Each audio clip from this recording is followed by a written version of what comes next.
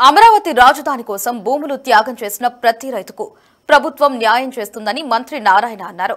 అమరావతి రైతుల సమస్యలపై ప్రభుత్వం నియమించిన త్రిసభ్య కమిటీ నేడు రెండోసారి సమావేశమైంది. ఈ సమావేశంలో ప్రధానంగా జరీబు, గ్రామ కంటాలు, అసైన్డ్ భూములు, లంక భూముల సమస్యలపై చర్చించామని మంత్రి నారాయణ అన్నారు. రాబోయే 6 నెలల్లో ఈ సమస్యలకు పరిష్కారం దిశగా చర్యలు చేపడతామన్నారు. పాలసీ ప్రకారం సమస్యలు ఉంటే పరిష్కరించడానికి తాము సిద్ధంగా ఉన్నామని, రైతులు అపోహలు నమ్మవద్దని చెప్పారు. కేంద్ర హోంమంత్రి అమిత్ షాతో మాట్లాడి త్వరలో పార్లమెంట్లో రాజధానిగా అమరావతి బిల్లు పెట్టే ప్రక్రియ జరుగుతుందని నారాయణ స్పష్టం చేశారు. ఇక గ్రామాలలో మౌలిక సదుపాయాలు కల్పనపై డిసెంబర్ నాటికి డిపిఆర్లు సిద్ధం చేసి ఆయా గ్రామాల ఆమోదం తర్వాత అభివృద్ధి కార్యక్రమాలు మొదలు పెడతామని వ్యాఖ్యానించారు. ప్రతి 15 రోజులకు ఒకసారి కమిటీ సమావేశమై రైతుల సమస్యలపై చర్చిస్తామంటున్న మంత్రి నారాయణతో మా ప్రతినిధి Ghalib face to face. Amaravati రైతుల సమస్యల కోసం రెండోసారి త్రిసభ్య కమిటీ, ముఖ్యమంత్రి ఏర్పాటు చేసిన త్రిసభ్య కమిటీ భేటీ అవడం జరిగింది. ఇందులో ఎలాంటి అంశాలపై చర్చించారు? దీనిపై మనతో మాట్లాడడానికి మున్సిపల్ శాఖ మంత్రి నారాయణ ఉన్నారు. ఇప్పటికీ రెండోసారి భేటీ జరిగింది. మొదటిసారి అంశాలు, రెండోసారి అంశాలకు సంబంధించి ఎలాంటి క్లారిటీకి రైతుల సమస్యల మీద మీరు రావడం జరిగింది? మొదటిసారి డిస్కస్ చేసినప్పుడు అధికారులకి కొంత డేటా కలెక్ట్ చేయమన్నామండి.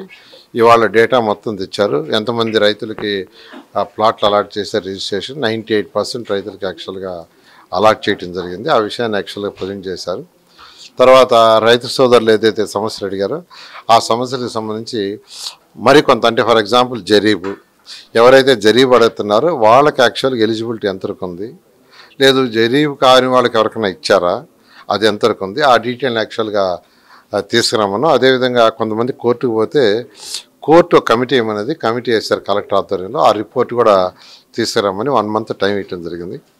అదేవిధంగా గ్రామ కంటాల సమస్య ఉంది. గ్రామ కంటాల్లో కొంతమంది మాకు కూడా ఇవ్వండి ఎక్స్ట్రాగా అని అడిగితే దాని మీద కూడా యాక్చువల్గా అధికారులు చెప్పాం 1 మంత్ లోపల ఇచ్చిన వాళ్ళు ఎన్ని స్టడీ చేసి ఎక్కడైనా పొరపాటు జరిగినాయి, ఏం జరిగినాయి తీసుకురామన్నా.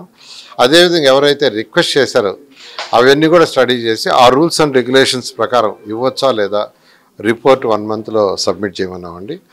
మేజర్గా రైతు సోదరులు అడిగే ఈ రెండు యాక్చువల్గా రిజిస్ట్రేషన్కి సంబంధించి యాక్చువల్గా రోజు 30 నుంచి 60 రిజిస్ట్రేషన్స్ ప్లాట్లు జరుగుతున్నాయి. కొందరు రైతులు యాక్చువల్గా ఏంటంటే మాకు ల్యాండ్ ప్లాట్లు అలాట్ చేశారు, అయితే ఆ ల్యాండ్ పూలింగ్లో ఇవ్వలేదు అన్నారు. దానికి సంబంధించి ల్యాండ్ అక్విజిషన్ తొందరలో పెట్టబోతున్నాం. అయితే ల్యాండ్ అక్విజిషన్ పెట్టాలంటే గతంలో ఆల్రెడీ ల్యాండ్ అక్విజిషన్ పెట్టుండారు, కొందరు కోర్టుకు పోయిండారు. కోర్టు కేసు క్లియర్ కాకుండా చేయడానికి లేదు. అందుకనే లీగల్ వాళ్ళతో మాట్లాడితే సిఆర్డీఏ పెట్టిన ల్యాండ్ అక్విజిషన్ విత్డ్రా చేయండి, విత్డ్రా చేసిన తర్వాత ఆటోమేటిక్గా అది విత్డ్రా అవుతుంది అన్నారు. మన కోర్టుకు సబ్మిట్ చేసాం. రేపు ఫ్రైడే యాక్చువల్గా అది కోర్టులో హీరింగ్ వస్తుంది. కోర్టులో డిసైడ్ అయితే ఇమీడియట్గా ల్యాండ్ అక్విజిషన్ పెడతాం. ఎవరికైతే ప్లాట్లు ఇచ్చామో వాళ్ళు అదే ప్లాట్ ఇచ్చుకుంటామంటే ల్యాండ్ అక్విజిషన్ చేసిస్తాం, లేదు అంటే ప్లాట్ మార్చి కూడా ఇప్పుడు ఇస్తామని చెప్తున్నాం. ఆ విధంగా ఎవరైనా కావచ్చుంటే ప్లాట్ మారుస్తున్నాం. ప్రభుత్వం రైతుల సమస్యలు, రైతుల గురించి ఎంతో దృష్టి పెడుతుంది, మీరు పనిచేస్తారు. ఎందుకు ఈ అయోమయ పరిస్థితి, దాంతోపాటు రైతులను పక్కదారి పెట్టే పరిస్థితి ఎందుకు వచ్చిందంటారు? ఇక్కడ అయోమయం ఏం లేదండి. 98% రైతులకు యాక్చువల్గా చేసాం. ఏదైతే ఇప్పుడు యాక్చువల్గా వాళ్ళు అడుగుతున్నారో అవన్నీ యాక్చువల్గా ఏంటంటే కోర్టు ఇష్యూస్ కావచ్చు, లీగల్ ఇష్యూస్ ఉన్నాయి. ఇప్పుడు అసైన్మెంట్ ల్యాండ్స్ ఉన్నాయి, వాటన్నిటికీ actual group of ministers committee వేరే దేశం ఉంది, ఇది రెవెన్యూ మినిస్టర్ ఉందా, అది క్లియర్ అయితే తప్ప ఇది చేయడానికి లేదు. గత ప్రభుత్వం ఒక జీవో ఇచ్చింది వాటి మీద, అది క్లియర్ అయితే. కాబట్టి ఇవన్నీ కొన్ని లీగల్ ఇష్యూస్ ఉండటం వల్ల ఆ యొక్క 2%లో కూడా 1% అయిపోతాయి. మరొక 1%కి లీగల్ ఇష్యూస్ క్లియర్ చేసుకుంటూ ముందుకు పోవడం జరుగుతుంది. సార్, ఇంకోటి 3 రాజధానులకు సంబంధించిన కేసు సుప్రీంకోర్టులో ఉంది, అది వాపసు తీసుకోవాలని కూడా రైతుల నుంచి డిమాండ్ వస్తుంది. దానికి లీగల్ ప్రాసెస్ ఎంతవరకు ఉంది సార్? దాన్ని కూడా యాక్చువల్గా నిన్నే నేను ఏజీ గారితో కూడా మాట్లాడొచ్చాను, దమల్పాటి గారితో. వాళ్ళు దాన్ని పరిశీలి చేస్తున్నారు. త్వరలో దాన్ని కూడా క్లియర్ చేయడం జరుగుతుంది. అమరావతి రాజధానికి సంబంధించి నోటిఫై చేయాలంటూ, పార్లమెంట్ పెట్టాలంటూ కూడా ఒకటి రైతులు చూస్తున్నారు. ప్రభుత్వం కూడా దీనికి సంబంధించి లీగల్గా ప్రొసీడింగ్ చేస్తుంది. అది ఎంతవరకు? గౌరవనీయ ముఖ్యమంత్రి గారు హోమ్ మినిస్టర్ గారితో మాట్లాడారండి, కేంద్ర హోమ్ మినిస్టర్తో. వారు సానుకూలంగా సంబంధించారు. మన రిక్వెస్ట్ లీగల్లో కూడా క్లియర్ అయింది నేను ఇప్పుడే కేంద్ర మంత్రి గారు చెప్పారు. ఫర్దర్గా వారు యాక్చువల్ కేంద్ర మంత్రి గారు ఫాలోఅప్ చేస్తారన్నారు పార్లమెంట్. సార్, ఇంకోటి ఎఫ్ఎస్ఐ పెంచడం అన్న అంశాన్ని రైతులు కొంతమంది కూడా డిమాండ్ వ్యక్తం చేస్తున్నారు. దానికి సంబంధించి ఎటువంటి నిర్ణయం తీసుకున్నాం? యాక్చువల్గా ఉండవల్ల రైతులు యాక్చువల్గా మా ల్యాండ్ రిజిస్ట్రేషన్ వేళ చాలా ఎక్కువ, మాకు యాక్చువల్గా ఎక్కువ స్క్వేర్ ఫీట్ ఇవ్వమంటే అది కుదరదు ఒక దగ్గర ఒకటని. అందుకని వాళ్ళ వరకు ఏంటంటే యాక్చువల్గా ఏదైతే ల్యాండ్ వాల్యూ ఎక్కువ ఉందో హైయెస్ట్ దాని వరకు ఏంటంటే ఎఫ్ఎస్ఐ ఇస్తామని, అది న్యాయసమ్మతం యాక్చువల్గా. దాన్ని ఇంకా కూడా అథారిటీలో చర్చించి ఫైనల్ డెసిషన్ తీసుకుంటాం. సార్ ఇంకోటి కరకట్ట విస్తరణ, ఎందుకంటే మొన్నటి వరకు వెంకటాయపాలెం ఉన్నారు, ఈరోజు వైకుంఠపురం వరకు కూడా పెంచాలనే డిమాండ్ ఉంది. దానికి సంబంధించి ఎంతవరకు ప్రక్రియ ఉంది కదా? అంటే ఫస్ట్ యాక్చువల్గా సీడాక్స్ రోడ్ని మంగళగిరి రోడ్డుకి యాక్చువల్గా జనవరి ఎండింగ్ లోపల అయిపోతుందండి. అది అయిపోయిన తర్వాత కరకట్ట పనులు టేకప్ చేయడం జరుగుతుంది. సార్ నిర్మాణ పనులకు సంబంధించి, ఎందుకంటే మీరు డిసెంబర్ కల్లా ఎమ్మెల్యే క్వార్టర్స్ కావచ్చు, టవర్స్ కంప్లీట్ అవుతున్నారు, జనవరి వరకు మార్చ్ కానీ చెప్పారు. అవి ఏదైనా ఎంతవరకు ఫోకస్ ఉంది సార్? ప్రజెంట్ వర్కింగ్ స్ట్రక్చర్ ఎంతవరకు? 4000 అపార్ట్మెంట్స్ యాక్చువల్గా ఒక 200 నుంచి 450 తప్ప మిగతా అన్ని మార్చ్ ఎండింగ్ అయిపోతాయండి. అధికారులకు కూడా హ్యాండ్ ఓవర్ చేస్తాం. 350 కిలోమీటర్ల ట్రంక్ రోడ్స్ కూడా ఆల్మోస్ట్ ఫైనల్ స్టేజ్కి వచ్చింది. అంటే యాక్చువల్గా టార్గెట్ ప్రకారం జరుగుతుంది. లేఅవుట్ రోడ్స్ 1500 కిలోమీటర్ కూడా టార్గెట్ ప్రకారం జరుగుతుంది.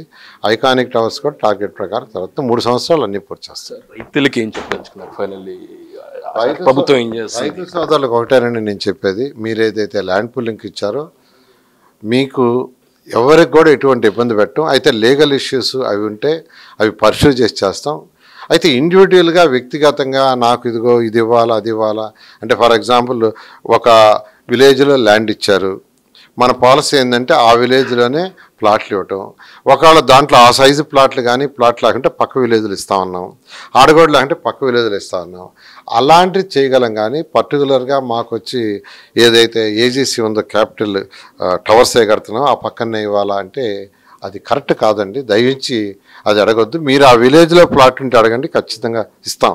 లేదు అక్కడ లేకుంటే మీరు అడిగిన సైజు, ఫర్ ఎగ్జాంపుల్ 10 ఎకరాలు ఒకరు ఇచ్చారు, వాళ్ళకి తిరిగి ఇచ్చే సైజు లేఅవుట్లు అక్కడ లేదు, పక్క లేఅవుట్లో ఇస్తాం.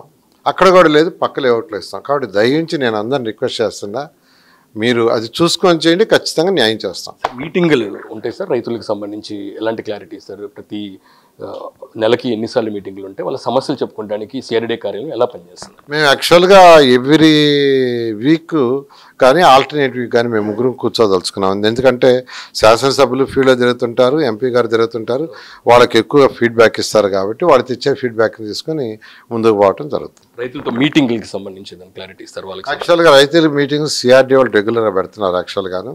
అటు వారు కూడా యాక్చువల్గా ఇంటరాక్షన్ అవుతున్నారు. నేను కూడా యాక్చువల్గా ఇక్కడ ఉన్నప్పుడు ఏ రైతు సోదరులు వచ్చినా వాళ్ళతో నేను కూడా డిస్కస్ చేస్తున్నాను. అందరితో డిస్కస్ చేసి సానుకూలంగా చేయడం జరుగుతుంది.